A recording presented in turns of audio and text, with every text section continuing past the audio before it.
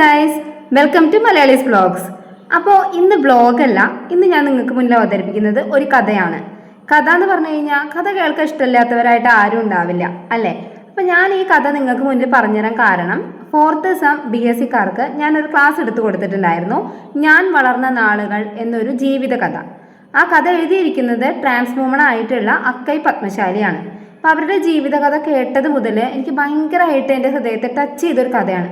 കാരണം എന്താണെന്ന് വെച്ച് കഴിഞ്ഞാൽ സാധാരണ ട്രാൻസ്ജെൻഡേഴ്സിൻ്റെ ജീവിതം നമുക്ക് എല്ലാവർക്കും അറിയാം. ഒരുപാട് പ്രശ്നങ്ങളിലൂടെയും ദുരിതങ്ങളിലൂടെയൊക്കെ കടന്നു പോകുന്നവരാണ് ട്രാൻസ്ജെൻഡേഴ്സ്. അപ്പം അതൊന്നൊക്കെ കുറച്ചൊരു വ്യത്യസ്തത എനിക്ക് ഈ ഒരു കഥ കേട്ടപ്പോൾ തോന്നി. അതുകൊണ്ടാണ് ഞാനത് നിങ്ങളുമായി പങ്കുവെക്കാനായിട്ട് ആഗ്രഹിക്കുന്നത്. അപ്പം നമുക്ക് കഥയിലേക്ക് കിടക്കാം. ഒരു സജീവ പ്രവർത്തകയായിരുന്നു അക്കൈ പത്മശാലി എന്ന് പറയുന്നത്. അവരുടെ കുട്ടിക്കാലം മുതലുള്ള കഥയാണ് പറഞ്ഞു തുടങ്ങുന്നത്. ശരിക്കും അവരുടെ പേര് ജഗദീഷ് എന്നായിരുന്നു. ഒരു മധ്യവർഗ കുടുംബത്തിലാണ് അക്കൈ ജനിച്ചത്. അക്കയ്ക്ക് ഒരു ചേച്ചിയും ഉണ്ട്, ഒരു അനുജനും ഉണ്ട്.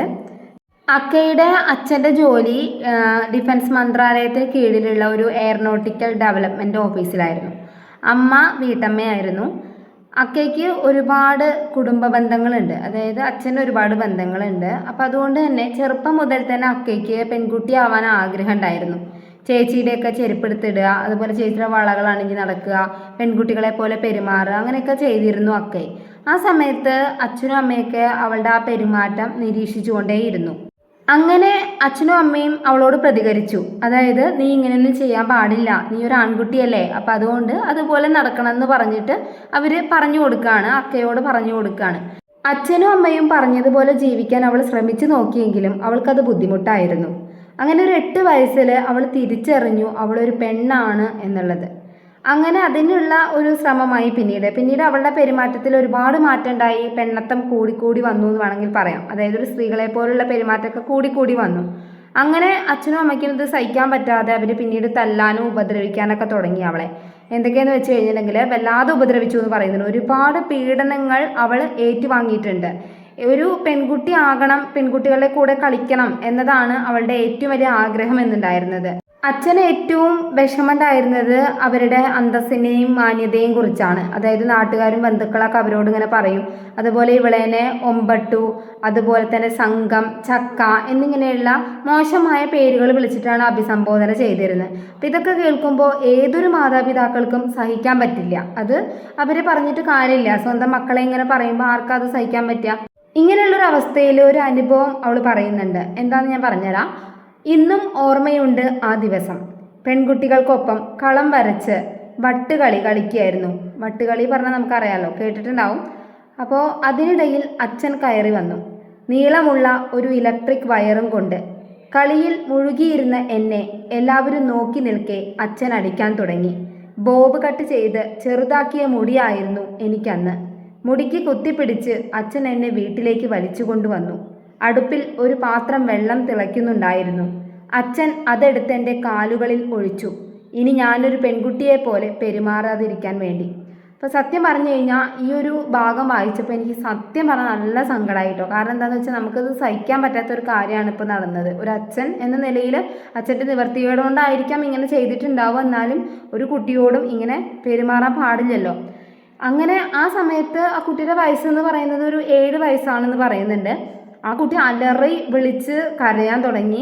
എന്ത് പറ്റിയെന്ന് ചോദിച്ചെത്തിയ അയൽക്കാരോട് അച്ഛൻ പറഞ്ഞ മറുപടി എന്താണെന്നറിയോ? ഇതെൻ്റെ മകനാണ്, എന്നിട്ട് ഇവൻ പെരുമാറുന്നത് നിങ്ങൾ കണ്ടില്ലേ? എനിക്കിത് അംഗീകരിക്കാൻ കഴിയില്ല. ചക്ക, ഒമ്പട്ടു എന്നൊക്കെയാണ് ആളുകൾ ഇവനെ വിളിക്കുന്നത്. എൻ്റെ കാലുകൾ ചുട്ടുപൊള്ളി. എനിക്കൊന്നും മിണ്ടാൻ കഴിഞ്ഞില്ല. അമ്മ ഇടയ്ക്ക് കയറിയെങ്കിലും അച്ഛൻ ശ്രദ്ധിച്ചില്ല. ചേച്ചിയും അനിയനും വന്ന് തടയാൻ നോക്കി, പക്ഷെ അച്ഛൻ നിർത്തിയില്ല. ആ സംഭവത്തിന് ശേഷം അവൻ, അതായത് അക്കൈ, വീടിനുള്ളിൽ ഒരു തടവിലായിരുന്നു. 3 മാസക്കാലം അവൻ വീട്ടിൽ നിന്ന് പുറത്തു പോവാനേ അനുവദിച്ചില്ല. അവിടെ പൂട്ടിയിട്ടു എന്ന് തന്നെ പറയാം. ഈ വീട്ടുതടങ്കലിൽ കഴിയുന്ന സമയത്ത് അവൻ സൂര്യപ്രകാശം കണ്ടിരുന്നില്ല, കുട്ടികളുമായി കളിച്ചില്ല. ആ സമയം അവൻ ചെയ്തെന്താ അറിയോ? അടുക്കളയിൽ പാചക ജോലി ചെയ്യാൻ തുടങ്ങി. അതുപോലെ തന്നെ വീട് വൃത്തിയാക്കി, പിന്നെ വസ്ത്രങ്ങൾ കഴുകി വൃത്തിയാക്കി വെച്ചു. അതുപോലെ സ്ത്രീകൾ എന്തൊക്കെ ചെയ്യും അതൊക്കെ അവൻ ചെയ്യാൻ തുടങ്ങി. ഇങ്ങനെ ഓരോന്ന് ചെയ്ത് എനിക്ക് കൂട്ടായി ഞാൻ മാത്രമായി കഴിഞ്ഞ ദിവസങ്ങൾ എനിക്ക് ഒരുപാട് ആശ്വാസം പകർന്നു എന്നാണ് പറയുന്നത്. അതായത് അച്ഛൻ വഴക്കിൻ്റെ പേരിൽ 3 മാസം ആ കുട്ടിയെ പൂട്ടിയിട്ടപ്പോൾ അവൻ്റെ മുഴുവനായിട്ട് ഒരു പെണ്ണായി മാറി എന്ന് വേണം പറയാനായിട്ട്. അതുപോലെ തന്നെ ആ നിമിഷങ്ങൾ അവൻ ഒരുപാട് ആസ്വദിച്ചിട്ടുണ്ടായിരുന്നു. അച്ഛനും അമ്മയും അടുത്തുള്ളപ്പോൾ ആൺകുട്ടിയെ പോലെ നടക്കാനും പെരുമാറാനും ഞാൻ ശ്രമിച്ചു.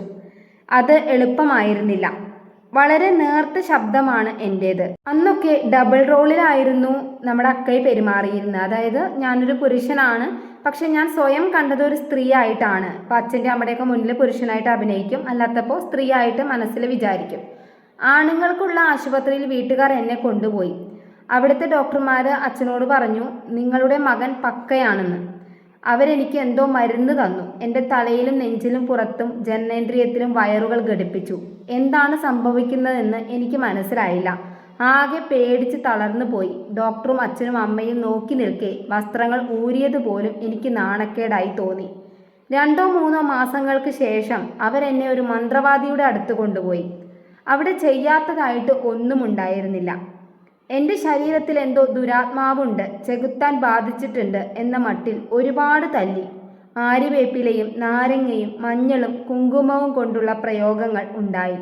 ഒടുവിലെല്ലാം കഴിഞ്ഞ് വീട്ടിൽ തിരിച്ചെത്തിയപ്പോൾ അതൊക്കെ നടന്നുവെന്ന് എനിക്ക് വിശ്വസിക്കാൻ പോലും കഴിഞ്ഞില്ല. അത്ര ഹീനമായൊരു പീഡനമായിരുന്നു അക്കൈ അനുഭവിച്ചത്. അതിനുശേഷം ഞാൻ വീണ്ടും ആൺകുട്ടിയെ പോലെ പെരുമാറാൻ തുടങ്ങി. മറ്റുള്ളവരുടെ കാഴ്ചപ്പാടിൽ നിന്നാണ് ഞാൻ ചിന്തിച്ചത്. എൻ്റെ മാതാപിതാക്കളുടെ, സമൂഹത്തിൻ്റെ, അയൽക്കാരുടെ, എൻ്റെ സുഹൃത്തുക്കളുടെ. അന്ന് എനിക്കെല്ലാം തുറന്ന് സംസാരിക്കാൻ പറ്റിയ അധികം കൂട്ടുകാരുമില്ല. അവനങ്ങനെ ഒരു ആൺകുട്ടിയെ പോലെ പെരുമാറാൻ തുടങ്ങി. അവൻ്റെ അച്ഛനും അമ്മയ്ക്കും വീട്ടുകാർക്കും ബന്ധുക്കൾക്കും സുഹൃത്തുക്കൾക്കും എല്ലാം വേണ്ടി അവനങ്ങനെ ആൺകുട്ടികളുടെ ഒപ്പം കളിക്കാൻ ചെന്നു. പക്ഷെ അവരവനെ കൂട്ടിയില്ല.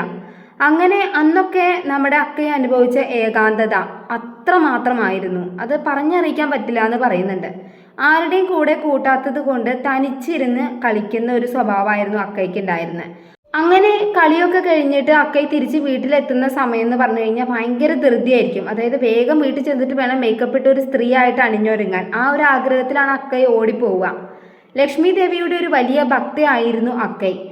എന്ത് സുന്ദരിയാണ് ദേവി, എന്ത് ഭംഗിയാണ്. അവരുടെ കമ്മലും മൂക്കുത്തിയും ഒക്കെ കാണാൻ നല്ല ഭംഗിയാണ്. അതുകൊണ്ട് തന്നെ അക്കയെ സംബന്ധിച്ച് ദേവിയോട് വളരെ അടുപ്പമായിരുന്നു.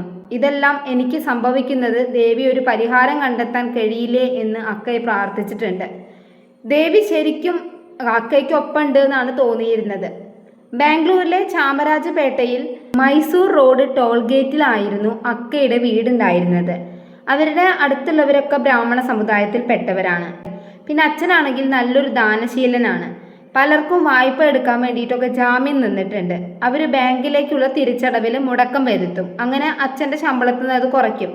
അന്ന് 30 വർഷം മുമ്പ് അച്ഛന് കിട്ടേണ്ട ശമ്പളത്തിൻ്റെ 65% ഇങ്ങനെ മറ്റുള്ളവർക്ക് വേണ്ടിയിട്ട് പോയിട്ടുണ്ടെന്നാണ് പറയുന്നത്.